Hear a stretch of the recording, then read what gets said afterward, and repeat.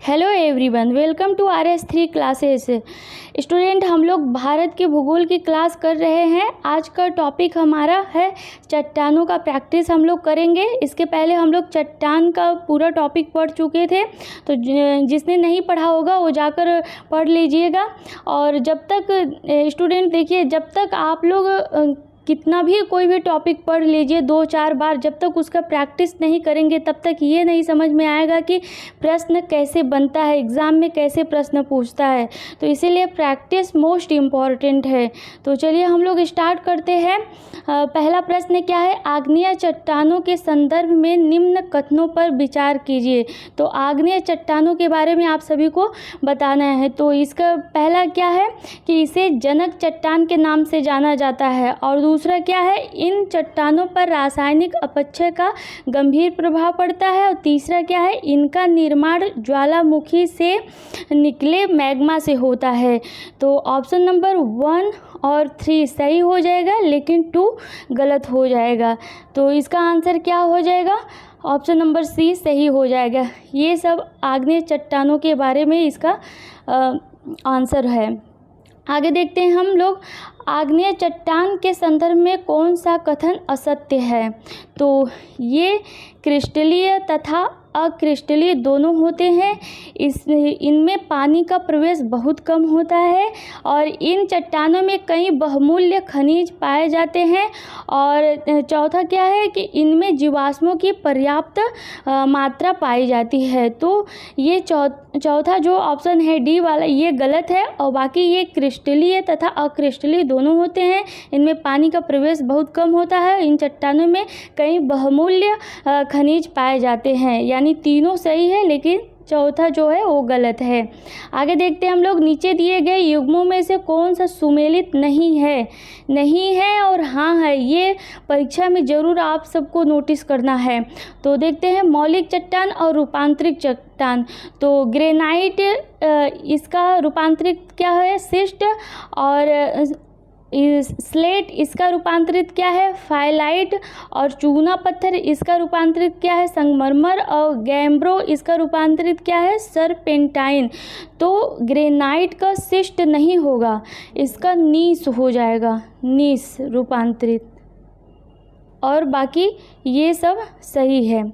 ये स्लेट का फाइलाइट, चूना पत्थर का संगमरमर और गैम्ब्रो का सरपेंटाइन, ऐसे ही मिलान करने के लिए आता है एग्ज़ाम में।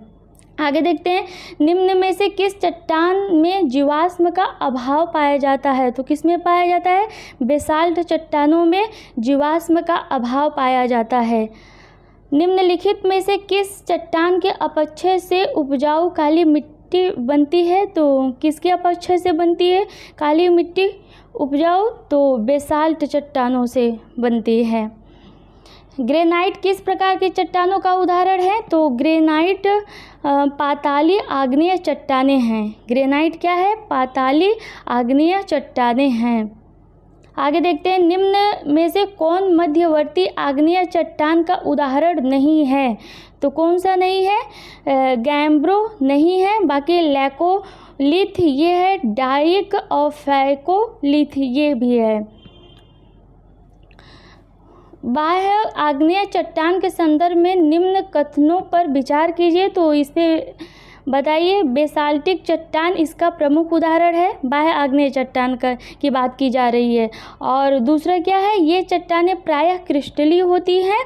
तो इसमें कौन सा कथन असत्य है।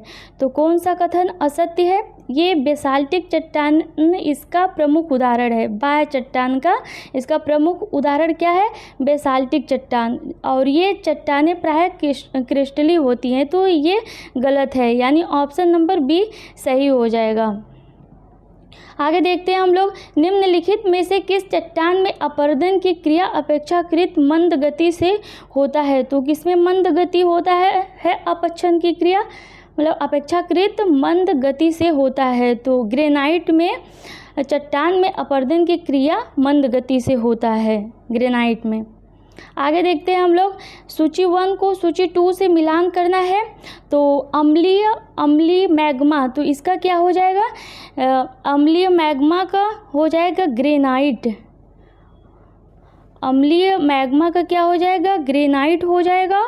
और मध्यवर्ती मैग्मा का क्या हो जाएगा, डायोराइट हो जाएगा। और फिर क्षारीय मैग्मा का क्या हो जाएगा, गैम्ब्रो हो जाएगा। और अत्यधिक क्षारीय मैग्मा का क्या हो जाएगा, पेरिडोटाइट हो जाएगा। तो यानी कौन सा आंसर सही हो जाएगा, तो ऑप्शन नंबर डी सही हो जाएगा। आगे हम लोग देख लेते हैं क्लास।